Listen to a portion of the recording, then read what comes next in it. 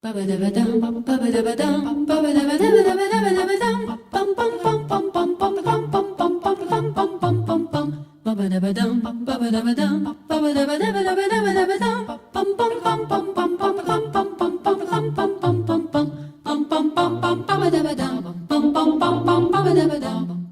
pleasant good morning, good afternoon, and good evening. Magandang umaga po, magandang tanghali, magandang hapon, magandang gabi. Welcome to Rita Gadi Chronicles. This is the first of our issue for the year. Sometime back, we had Rita Gadi Chronicles, but only for 30 minutes. And then we had Rita Gadi Hour, which lasted, I think, for about close to 4 years. Now we're going back to Rita Gadi Chronicles. Now, what are chroniclers, actually? These are the persons sometime back in the 18th century. They were the recorders or the narrators of the historic events, chronologically, as they say. That's where the word comes from. Chronos, chronicle, from the Latin, yes, chronia, which means time, chronos in Greek. But actually, the chronicler, which is what I'm supposed to be, is a person who writes, but now I talk about accounts of historic events as they happen. So you could just imagine how it was several years back when we had the Rita Gadi Hour. But this time we're dealing with contemporary events, events that affect our country, that affect us personally, that affect our lives, and in many ways that affect the world. Magandang simula ang ating programa sa araw na ito sapagkat napakahalaga ng ating pag-uusapan, and my special guest is all the way in Houston, and that is exactly why our title is Houston, We Have a Problem. So I'd like to introduce our special guest, Mr. Ed MAÑALAC, who was the Undersecretary of the Department of Energy and was the president of the Philippine National Oil Commission. And what we're going to discuss is of great value to our country, to our people, and to ourselves, individually and collectively. The Malampaya oil field, which has been, it's been in existence for quite a while, pero ang dami po kasing hindi nalalaman kung saan ito nagsimula, kung anong meron doon, kung bakit ito ay mahalaga sa ating buhay. So I'd like to welcome Mr. Ed MAñALAC in Houston. Ed, good morning, good afternoon, good evening. Good evening. As you've said, magandang hapon. Naririnig ka sa buong mundo. Yes. So, thank you very much for inviting me in your your opening salvo in your chronicle. Yes, very good. This is very important, Ed. And the reason why I chose the title is because you're there. Ed MAñALAC is actually in Houston. And if you will recall, many of us have watched a lot of these space movies, etc. and all of that. And pagka nagkakaproblema dun sa mga, yung kanilang mga sinasakyan in outer space, madidinig mo sa baba, yun ang sinasabi nila, Houston, we have a problem. Now, exactly, the person in Houston now, Mr. Ed MAñALAC, kailangan talaga siya ang tatawagan natin sapagkat, Mr. Ed MAñALAC, we have a problem. Pag-usapan natin, Ed, itong Malampaya. Malampaya. Difficult to pronounce, but it's actually easy to remember. Let's start from the very beginning, as they say. Kasi maraming mga nadidinig lang natin to, source ng natural gas, etc. Sa haba ng panahon. What exactly is the Malampaya oil field? When did it start? And what is the status right now? Okay. At tamang-tama yung title mo at explanation mo kanina na kailangan i-record chronicling all the events. Yes. Nag-umpisa ito, kung natatandaan nyo, nung start ng martial law, 1972. Kung naaalala ninyo, yung medyo may edad na sa atin or bata-bata noon, nagkaroon tayo ng oil embargo ang Arab countries and they embargoed the export of oil to the US. And that was the famous, well-remembered oil embargo that caused a lot of problems worldwide, including the Philippines. You know, naubusan ng gasolina, naubusan ng crudo, nakalinya tayong lahat, mga auto natin, naglilinya sa mahaba sa mga gas stations to fill up nagmahal ang mga bilihin, etc., etc. Kung naalala niyo yon. So, nung nangyari yon, ang presidente natin, Presidente Ferdinand Marcos Sr., ay naisipan, sabi niya, hindi na kailangan, hindi dapat maulit ito. Hindi na ulit dapat maghirap ang taong bayan dahil wala tayong langis. Kailangan maghanap tayo ng sarili nating langis. At dahil dyan, gumawa siya under martial law. He promulgated, Presidential Decree 87, which is called the Oil Development and Production Act, precisely to encourage oil exploration and production in the Philippines, in our own country.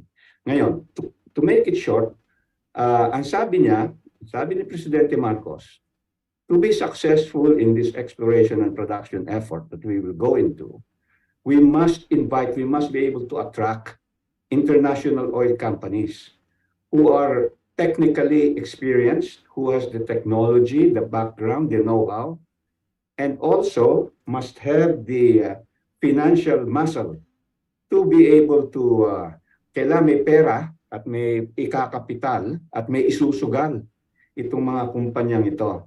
Dahil alam ninyo, yung exploration, paghahanap ng langis, ay napaka-risko. Pag naghahanap ng langis ang isang kumpanya, hindi siya nakakasiguro na makakakita siya ng langis. But he is willing to spend hundreds of millions of dollars to look for it. In this case, sa batas na ito ni Presidente Marcos noon, pag ikaw gusto mong maghanap ng langis sa Pilipinas, handa ka dapat gumastos nitong pagkalaki-laking pera. Pag hindi ka nakakita ng langis, hindi kita babayaran, hindi kita i-reimburse dun sa gastos mo. Iyan ang sugal mo. No? Ngayon, pag tumama ka naman ng langis at gas in commercial quantities, gagantimpalaan naman kita. Gagantimpalaan ko yung kumpanya mo by giving your company 40% of the net profits from the sale of the gas and oil that you will produce. Okay? So yun ang background nito. Yun ang basihan nitong issue natin sa Malampaya. So imagine this law was promulgated 1972 at the early onset of martial law. And so nagbunga nga itong madaming naghanap ng langis dito sa bayan natin sa Pilipinas at nagbunga nga ito sa pamamagitan ng pagkadiskubre ng Shell at Chevron yung Malampaya oil, gas and condensate field sa West Philippine Sea. This is natural gas, huh, Ed? You call it natural gas. The Yes, gas it- under it the is a- water. Yeah. Right. It is primarily a gas field. It's not an oil field. It's a gas field. Okay. Yeah. Yes. Natural gas, no? Yung natural gas, pag labas niyan sa surface, may kasamang konting liquid, no? We call it condensate, and that's also produced, and that is of value, Kasama lahat yan sa valuation. So, nakadiskubre nung 1980s, mid or early 80s. At yun na nga, after they discovered it, they went, ang kwan nito is, nung nadiskubre nila, napakamura ng gas noon, sa merkado. Kasi langis ang hinahanap ang nakita gas. So sabi nila, paano to? Anyway, to cut the story short, dinevelop nila ito. They put up the platform, they connected 800 kilometers plus of pipeline. Imagine, 800 kilometers of pipeline from Palawan to Batangas. The field is located in 800 meters of water. Ang lalim-lalim ng tubig. In other words, may nakasabit kang almost 1 kilometer of pipe. Wow. from the surface of the water, sa itaas. Bago ka tumama ng lupa, nakabitin yung pipe mo. Can you imagine the technology required to and then you drill another 10,000 or another about 2,500, 2.5 kilometers under in the ground. So talagang napaka-technical, technically complex ang operation. But Chevron and Shell, being Chevron and Shell, nakayanan nila to, through their studies, research, etc., on how to produce this gas. They were able to do that. So they spent $4.5 billion to get this discovered and developed. Imagine, $4.5 billion. Yun ang sinugan. No? So kailangan may technical experience at kailangan may pera. So, fast forward. Ang haba ng development period. It took 4 presidential terms from the point of discovery of the gas to the first revenue when they finally produced it and started selling gas. 4 presidents ang dinaanan. Ang hirap-hirap buuin. No? So fast forward tayo ngayon. Ito yung nung na-discover nga, they started producing in 2001. No? And the contract says that the Shell and Chevron can produce it for 25 years. No? And that contract is supposed to end 2024. But anyway, let's moving forward from that point. No, na sabi nga ang background is these companies spent $4.5 billion to discover and develop and produce it. It took almost 12 years from the point of discovery to the point of production. $4.5 billion. So eto na, nagpo-produce na sila, no? And things were going fine. The gas was being sent to Batangas, no? 800 kilometers from the field to supply gas to now over 3,000 megawatts of gas-powered power plants in Batangas, no? So the 3,000 megawatts is about 25% of the Luzon supply. So malaking bagay ito. Talagang pinaghirapan ng gobyerno naman natin na ma-develop nga dahil yun ang sabi ng batas, yun ang adhikain and vision of President Marcos Sr. na hindi na tayo dapat maghirap. So, to cut the story short, sometime in 2019, no, yung Shell and Chevron hingi ng usap with the government to discuss the extension. Ed, I'll interrupt. Before we get there, you were Undersecretary of the Department of Energy. And then you were also president of the PNOC, which was an office created precisely also linked to this, di ba? Yes. Philippine National Oil Commission. Kasi yan nga ang kailangan at kayong mag-monitor at titingin dito nga sa malampayan na ito. That's why those two offices are very important. So as you said, we move forward and this is already part of the megawatts that they're supplying, 25% as you said, for our oil, for our needs, energy needs. Right. So where are we now? Sabi mo ngayon na but you resigned. You resigned, Ed. Bakit ka nag-resign? That's a question I have to ask before we go to 2019. Yeah. Rita, what happened? That will require another hour of your program. Because what you experienced then is precisely, I think, repeating itself now. Houston, we have that problem today. Again, right. What you had then. And, just briefly, summarize what went in. It was already, right, as you said, ang laking investment, and these are actually the professional oil diggers, whatever you call them. Pero nagkaroon ng stage na medyo may mga pumapasok. Right. Anyway, as a background, back in 2003, I was 28 years with a company called Phillips Petroleum Company, an American oil company, which merged with Conoco, another oil company. It's now called Conoco Phillips. So if Okay. you come to the US, you will find, gas stations called ConocoPhillips. I worked for that company for 28 years, Okay. Yeah. looking for oil, exploring for oil Yes. all Yes. over the world. Uh-huh. I worked in Latin America, in the former Soviet Union, in Yes. Asia, in Indonesia. Nagalugat ko lahat siya, kahanap ng Yeah. langis. You have a writer wife who gives us yeah, anecdotes of all these travels actually, which has nothing to do with oil. But then we knew that you were moving from one place to the other. So anyway, Yeah, so that yeah, was Ting it. has been Yeah, writing about okay. it. Yeah. Anyway, so when I retired, I opted to say, hey, I approached government, which was then led by President the GMA, and I offered my services, na baka kailangan ng tulong, I want to help. Ang sabi ko nga, nung nasa UP tayo, Rita, ang tuition fee ko noon is 150 pesos per semester. Halos libre. Ngayon nga, libre na eh.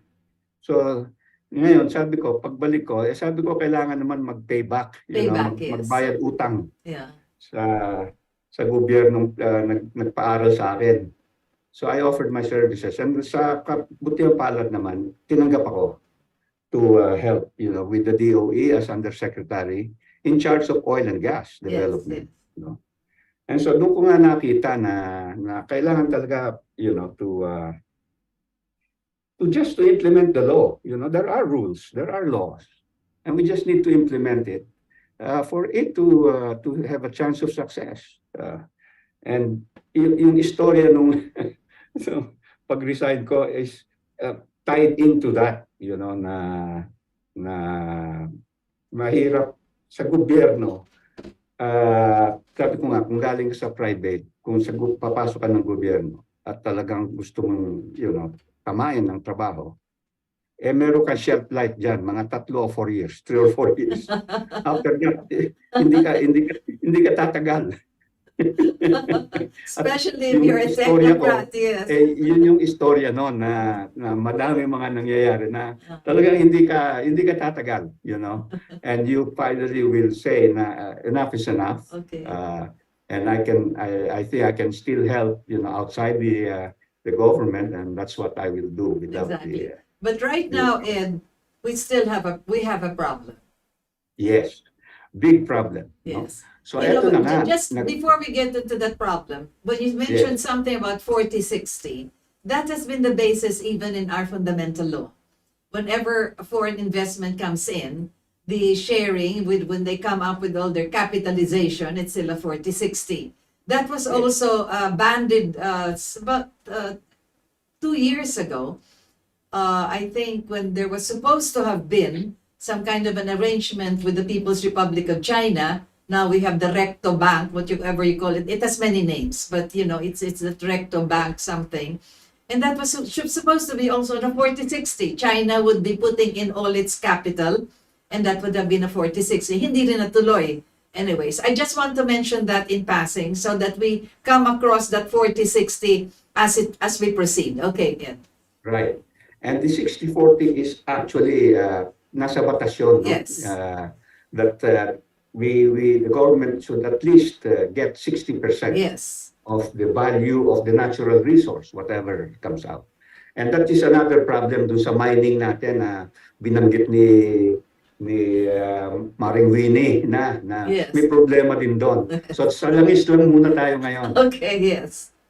Ang hatian, sabi nga ng batas, pag nakakita ka ng langis at gas at sumugal ka naman, gagantimpalaan kita yung value niyan at nabenta natin, i-recover mo lahat ng gastos mo, etc. etc. Doon sa net profits, bibigyan kita. Ako ang gobyerno, nagsasalita ako sa mga kontratista, bibigyan kita ng 40% nung kita, in this case, Malampaya. 60% niyan sa gobyerno na according to our constitution. So ang pinag-uusapan natin dito is the 40%.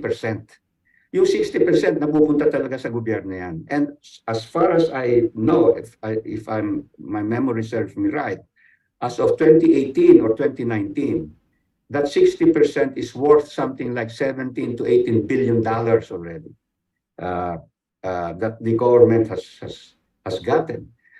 Set that aside, because that's another problem. You have to ask, where is that 16, 17, or 18 We billion only have dollars 10% worth? now, Ed. 10% Ha? na lang nasa government ngayon. Ano nangyari? Hindi. Yung 10% ng PNOC, nasa 10% of the 40 yun. No? Ah, oh, okay. Ha? Oo. Yung 60%, binibigay yun ng Sa government, nakukuha ng okay. gobyerno yun. Okay. No? Pero yung 40%, nakasinlaki na nga ng 60%, and yun ang napupunta sa mga kontratista kay Shell at Chevron. Chevron, no? okay. Doon sa 40% na yun, may 10% ang PNOC as a corporation. Yes. Not as a government, but as a corporation, Yes. meron siyang 10%. GOCC, So, yes. 10% of 40, meron siyang 4% from the top. Yes. No? So, kung tutusin mo, nakukuha ng gobyerno ay 64%. Yes. No? 60 plus 4. Yes. Yung 36, doon napupunta kay Shell at Chevron. Okay. Yun ang pinag-uusapan natin. Okay. Yun ang nawala. No? Ngayon, itatanong mo, magkano ba yung 36% ng Chevron at Shell na kinikita nila na nawala? As of 2018 on the record, based on COA audited files of the 10% ng PNOC, ang PNOC kumita ng 5 billion pesos noong 2018 at 2019, no? 5 billion yung 10% pesos. So yung 45% ng Shell at ng Chevron is worth about 20 billion each. So 40 billion pesos taon-taon. Ha? Yung kinikita ng Shell at Chevron. Yun ang napunta nung sinabi ng Chevron at Shell, to cut the story short, na gusto na nilang umalis sa kontrata. At merong dalawang kumpanyang gustong pumasok dito. Ang una, yung kay Udena, yung kay Uy. Gusto daw bilhin yung parte ni Chevron. Natandaan nyo, yung parte ni Chevron, 2018, 2019, kumita sila ng 20 billion pesos every year. Divided by 365 days, it amounts to about 50 billion a day. Average. No? Yung sa Chevron. Pag sinama mo yung kay Shell, no, na umalis na rin afterwards, is another 50 million pesos a day profit. That's 100 million a day. Profit from these two big companies, foreign companies that were originally operating and producing it. Imagine, 100 million. So, gusto umalis ng dalawang kumpanya. To cut the story short, gusto na daw umalis. At meron silang buyer. Yung isa, yung kumpanya ni Udena, at yung isa naman napunta sa kumpanya ni Ricky Rason, yung Prime Infra. So, sa madaling salita, ang tanong, nung umaalis itong mga kumpanyang ito, first, nagpaalam ba sa gobyerno? Kasi tayo na may-ari, ari natin yon, yung gas at langis. Walang pag-aari yung mga kontratista. Binayaran na natin sila nung mga ginastos nila, pinabawi natin. So yung pipeline, yung infrastructure, yung plataforma, bayad na yan lahat from the proceeds of the oil and gas. So virtually, the government, we, the people, own it. Yes. The field. And we own, by virtue of our laws, all the oil and gas, and that includes all the minerals, in the country, belongs to the government. So wala pag-aari ang kontratista. Ang kontratista ay kontratista lang. Exactly.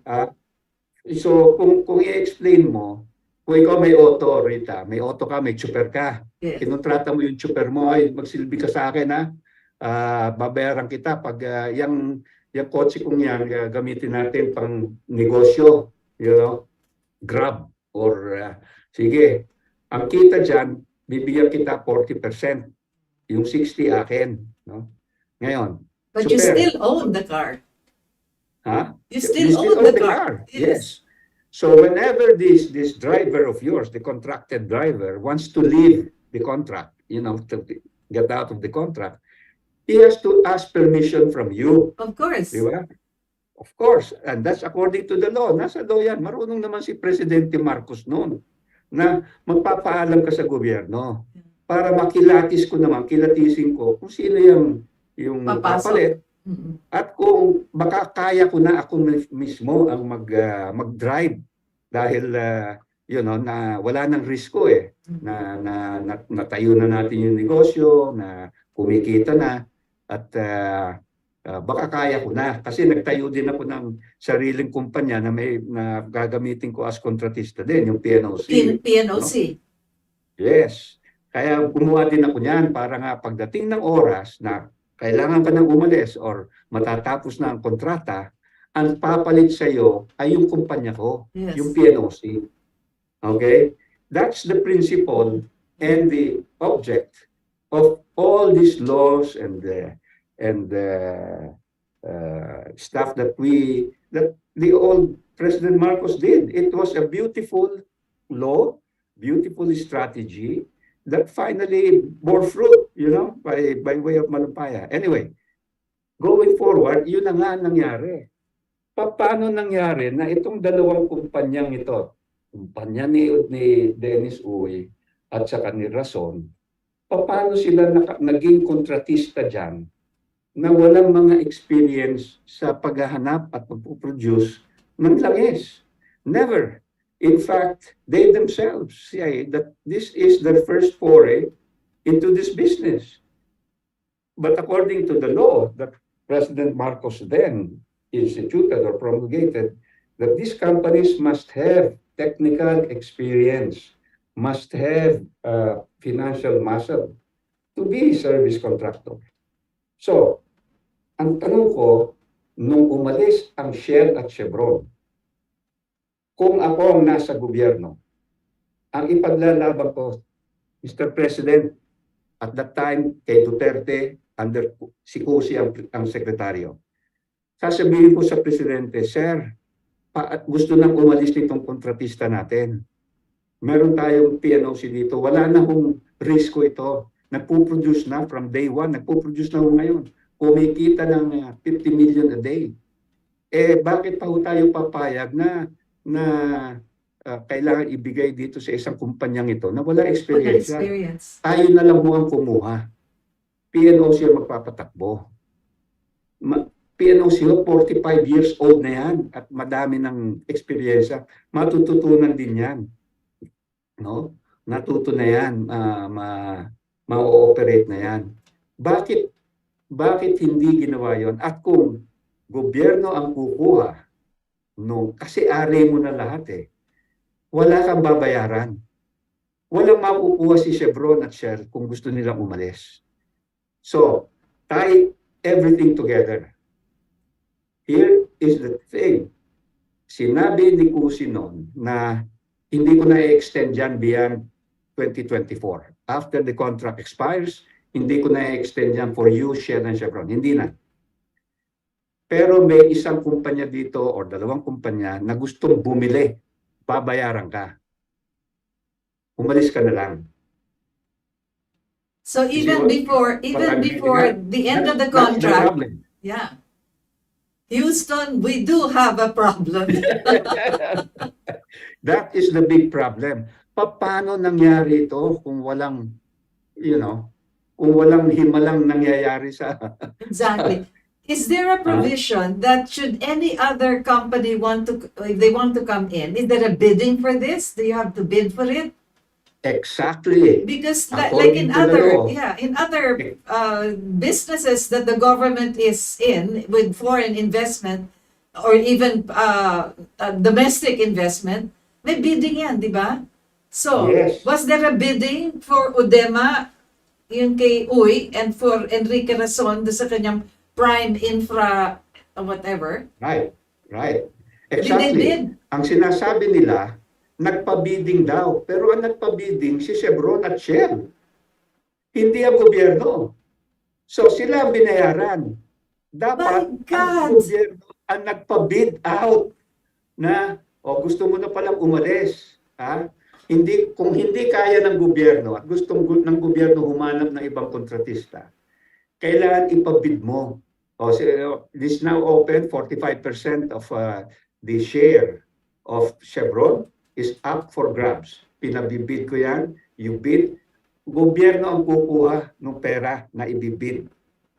Binayaran ni Dennis Uy si Chevron ng $565 million, no? According to the records. Si Rason naman, binayaran si Shell, because this happened later, about $360 million. Yung mga perang yon, kung ang gobyerno nagpabid, okay? At ang napili ay si Odena, kung technically qualified ka, etc. Yung 565 million mo na binid sa akin dapat napunta kay government. You know, hindi kay Chevron or kay Shell. Sa atin. Ikaw dapat na nakinabang noon. You know? Tama ka. You're exactly correct, Rita. You see, you quickly assessed it. Hintay muna. Akin yan eh. Ako may-ari yan. Ba't kayo lang ang nag-uusap? Ba't kayo kumikita? I have another question here, Yes. Ed. But yung nangyari yan, meron pirmahan pa sa Malacanang na nangyari that what is this? That the project is for 15 years.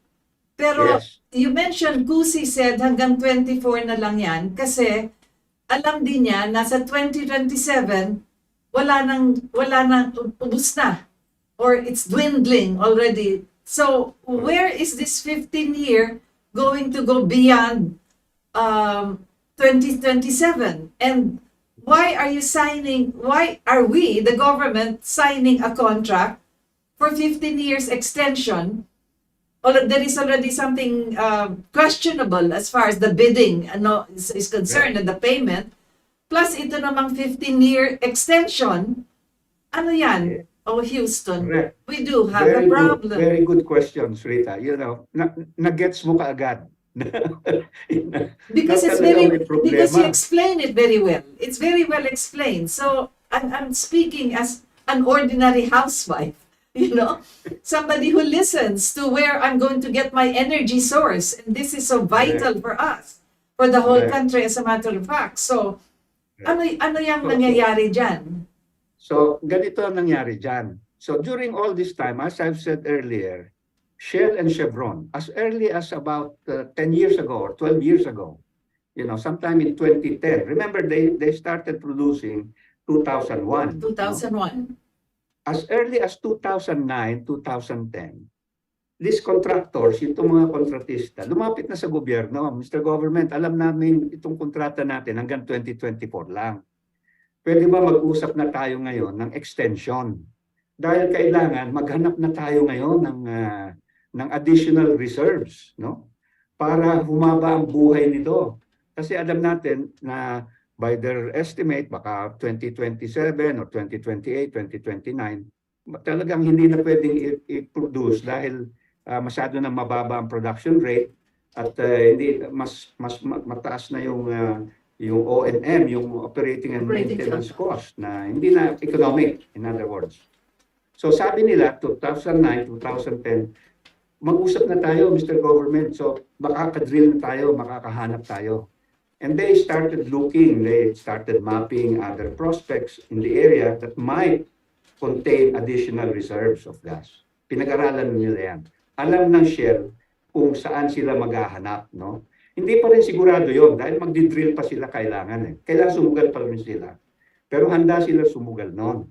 So, pag-usapan na natin, 2009, 2010, hindi binibigay ng gobyerno. Sabi na, hindi, masyado pa maaga.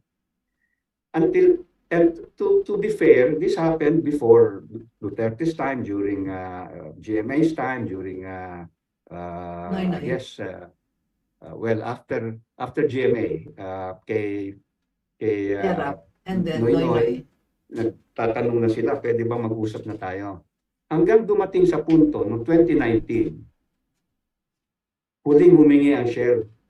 Sabi na, boss, usap na tayo. Malapit na yung 2024, kailangan maghanap tayo ng additional reserves. Sabi ng gobyerno, under Kusi said, hindi ko na-extend. I'm telling you, hindi ko na-extend yan. So, nag-isip, syempre, kung ikaw ang Chevron na Shell, hindi na pala extend beyond 2024. Pero may kumpanya dito, yung kumpanya ni Udena, who is offering me 565 million now to live, no? For the 45%. So, to him, para sa Chevron, kunin ko na itong pera. Might as You well. know? Yeah, get it, and I go, and you take over, until 2024. Bahala kayo dyan. Ngayon, yun ang problema. Kanina sinabi ko, dapat pag umaalis ang kontratista, kung ang gobyerno ang kumuha kung nagpaalam siya sa gobyerno at sinabi ng gobyerno, okay, wala nang risk yan, nagpo-produce na 50 million a day. So, ba't ko pa ibibigay sa iba? Ba't ko papayagang makuha pa nitong, kahit na ba sinabi niya babayaran ka ng 565, kaya lang naman nag-uusap. Ako ang gobyerno, ako nang kukuha. Mr. Chevron, pwede ka nang umalis. Akin na lang balik mo sa akin yung 45% mo. Because you have the agency to do this. You have the PNOC to do it.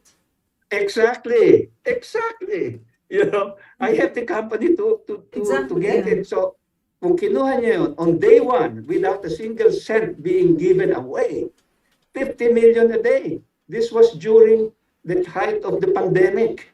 And you can read in the papers at the time, I was reading it. Our drivers were asking for ayudas, our health workers for allowances. Ito yung gobyerno natin at that time, say, kailangan maghanap ng pera, walang pera, etc., etc. Yung 50 million a day na pupunta sa bulsa ng isang kumpanya na wala namang kaalam-alam at kaninong forgive I know. kasi kaninong anak ka ng Diyos na kumita ng ganyan. Exactly. Ay, nako, Ed. Oh my goodness. So, what is our situation now? You had the signing, which was witnessed by President Jr., and then you have the extension for 15 years, and then you have all of this, which is not being audited or questioned as far as the non-bidding is concerned. So, this is our situation today. Correct. So, we go to the extension. Nabili na nila, no? Nakuha na ni Dennis Uy, nakuha na ni Rason, no? 15 years? Yung 45% naman ni Shell. So, eto na. So, humihingi sila ng extension. Alam mo, nung in-announce ni Udena at saka ni Chevron yung meron na silang deal, that same day, Kusi said he has formed a team sa DOE to talk about extension. Immediately. Talagang, may magandang plano. Anyway, going to the extension, so sabi natin, sige, total, nangyayari na yan. So maybe, wag nang i-extend. From February of 2024, take over na ang gobyerno. Wala na, walang question. Tapos na ang kontrata. No? So let PNOC take over, no? Earn whatever we need to earn, or whatever is earned or left of that, and let PNOC drill for additional reserves. Sila na ngayon ang susugal. Dahil may pera na. Di ba? At saka yung mga prospects na sinasabi ko na potentially may additional reserves. Pinag-aralan na nila yan ni Shell at Chevron kasama ang PNOC. Pinakita yan ng DOE. Yung mga prospects na dito mayroong potential ganito na so PNOC na ang gagawa. Siya na ang magdi-drill, siya lahat ng grasya ng Malampaya kanya na. For the people, for la patria. Yeah, exactly. So biglang inanunsyo, pinirmahan daw ni Presidente Marcos Jr. na i-extend ng 15 years. At yun ang gagawin ng dalawang kumpanya. Didrillin nila yung mga in-identify na ng PNOC, ng Chevron at ng Shell kung nasan yung potentially may additional gas. Ang sa akin, sa ibang countries like Indonesia and Malaysia, pag nangyari ito, kinukuha na kaagad ng gobyerno. Lahat yan. Kasi diyan ka biglang yayaman. Yung National Oil Company mo, diyan biglang yayaman. Kanya na lahat yun. You know, for the country. Ngayon, ang nangyari, not for the country. Ang napupunta ang yaman ng Malampaya ay dasawang kumpanyang ito at in-extend pa nga ng another 15 years to give them the opportunity to find additional reserves and produce it for. So talagang, you know, sayang na sayang. You know? I don't want to cry, Ed, because I don't want to cry over this, but those who are listening to us had better understand what is happening, so that is there still any way that that extension could be rescinded by, you know, by a presidential act? If it is presented to him in such a manner, is it still possible? Will there be any violation anywhere? You're the president, and this is the government. And the government wants to take over. And that is also in the Constitution. And there is a provision in the Constitution in case of an emergency, or in case of, you know, when there is the need for this, the government can take over. And this is public service. You know, energy, power, water, light, all of this is part of public service, which should be undertaken by the government, actually. So anyway, we are in that situation. Exactly. You hit it right, you know, the head of the nail, Rita. Ang question natin ngayon, sa akin, ano, at saka sa ibang kasama natin na naintindihan ito bigla. Ang tanong, first of all, nung si Duterte, naintindihan ba ni Duterte lahat ito nung nangyayari? At ngayon, the same question is applicable to our President BBM. Naintindihan mo ba? In-explain ba sa iyo ng mabuti nung mga sekretaryo mo ng DOE, ng PNOC, kung ano ba talaga ang lagay nito? In-explain ba sa iyo? In other words, on what basis, at least for President Marcos now, on what basis did you extend the contract? You know, did you understand the background? Gusto namin malaman ano bang alam mo, you know? Because we think that this is your father's law that has been, you know, adulterated. Violated, in fact. Yeah, violated. You know? And you keep saying that you want to redeem the legacy of your father. Well, here is the best example of what your father's laws came up to. Very good results. You know, the country should have. Ito na. Ito yung sinasabi niya. Dapat naganap tayo, makakita at para sa bayan. Exactly. To develop, to explore, and all of this, it's all there. It's already there in that particular presidential decree anyway. Well, Ed, we keep our fingers and our toes crossed, actually, that some miracle could happen. But I would like to connect this now, because we have other areas in the South China Sea where there is a possibility of also entering into some kind of an arrangement with foreign investors. Now we have particularly the People's Republic of China, apparently no longer the American companies, but now we have the Chinese who would coming in. So that was already discussed about 2 years ago. I think even Secretary Locsin, when he was Secretary of Foreign Affairs, also had a meeting with the Minister of China regarding this. So I hope we can segue lessons learned here with what will be happening once we get into the recto bank, etc. It will be the same procedure, as you said, no, capital investments from foreign companies, and then, but this is government to government now. It will be, it will be unlike what it was in Malampaya. This will be People's Republic of China and the government of the Philippines. And that's exactly what the People's Republic of China also would like to happen. Make it government to government. Correct. And that's the only way it will happen, you know, because if we want to get 60%, 60-40, that's the only way. It has to be the government that faces it. But here is the problem now, Rita. Okay? The Chinese knows exactly what happened in Malampaya. Exactly. Alam nila yan. Oo. Alam nila. Of course, yeah. So, eto na tayo ngayon. Hand in glove, punta tayo sa China, sa kausap natin ng Chinese counterparts. Hey guys, we need 60%. We cannot do any otherwise. We will fight for it, we will die for it, we will go to war for it. No?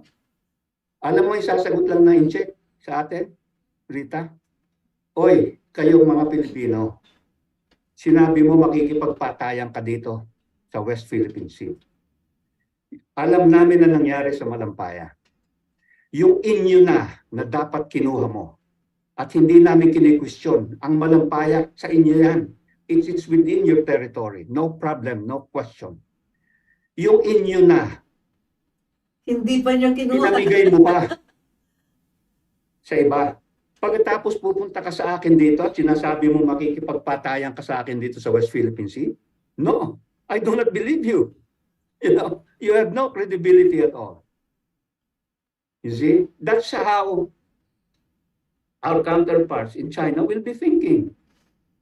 You know, itong mga Pilipino to, you know, sasabihin sa atin makikipagpatayan dito. Eh yung kanila na nga, yung Malampaya, kanila na yun eh.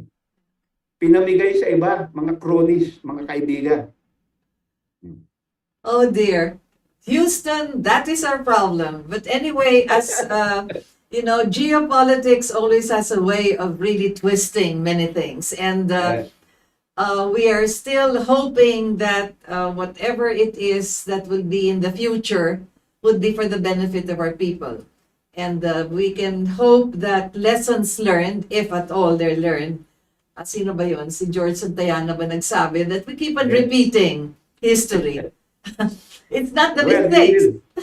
You know, we will pursue, you know, some luminaries, you know, legal luminaries, are saying naman na, you know, there is a very strong legal argument, you know, to correct this. So the effort now, for everybody to know, will be through the legal route, you know, para makuha natin ulit or maibalik yung kayamanan ng Malampaya Exactly. para sa taong bayan. Well, Ed, I'm so happy that we were able to talk this afternoon, but we will be talking again because this is a continuing problem actually. Ed, we have a lot of reaction coming from all over. So I just read it and then find out that there could be some that we will have to be answered. So this is from, good evening po, Ma'am Rita, Grace from Hiroshima. Amar Lebor, where is this from? So Luis Gerald, good afternoon. Back to solo po kayo, ma'am. Yes. Ngayon, kanino na napunta ang bilyon-bilyong kinikita ng Malampaya? Bakit ngayon po si Rason na naman ang makikinabang dito ayon kay Budul-Budul man? So I'm reading the reactions, Ed. What the snake wants, the snake gets. Oh my goodness. Good evening po, watching from Russia. Kumikita ng bilyon-bilyon na walang puhunan. Amparo Consuelo, instant privatization. Cecilia Apolis, watching from Viterbo, Italy. Good morning. Buongiorno. Virginia Myers, yes, I still remember the name of Mr. Ed Mañalac 39 years ago. Thank you, Madam Rita. Who can help BBM? Well, Ed Mañalac can. Baby Gepilano, Sir Ed, good day. Can we file a case to those government officials who betrayed us in these Malampaya deals? Amparo Consuelo, naku, ayan na, Epira, that is exactly the culprit, if I may say so. And I'm sorry, but really, I've been fighting against the Empira for as long as I can remember. Yes. Yeah, so that, very that sad. deserves another day. Yeah, for another day. Yeah, I attacked that briefly some time back, about a year or so ago. But I think now we go back to it because talagang tama yan. So those are the reactions we have, Ed. And you can see that people are now understanding. I'm glad that you were able to explain it from the beginning. We will get back to you as soon as we have other sources of this. But there was a question there.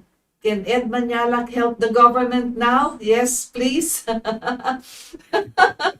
Okay. We're always, all these efforts merely Yeah. is to, to keep fairness, Yeah, that's true.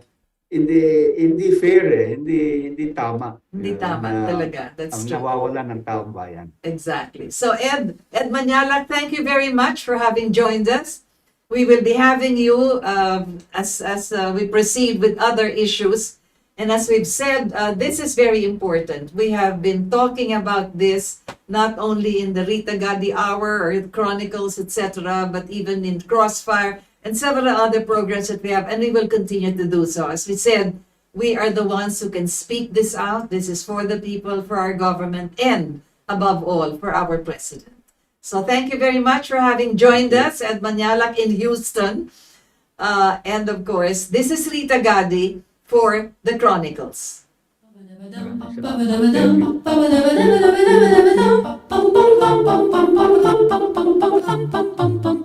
Thank you.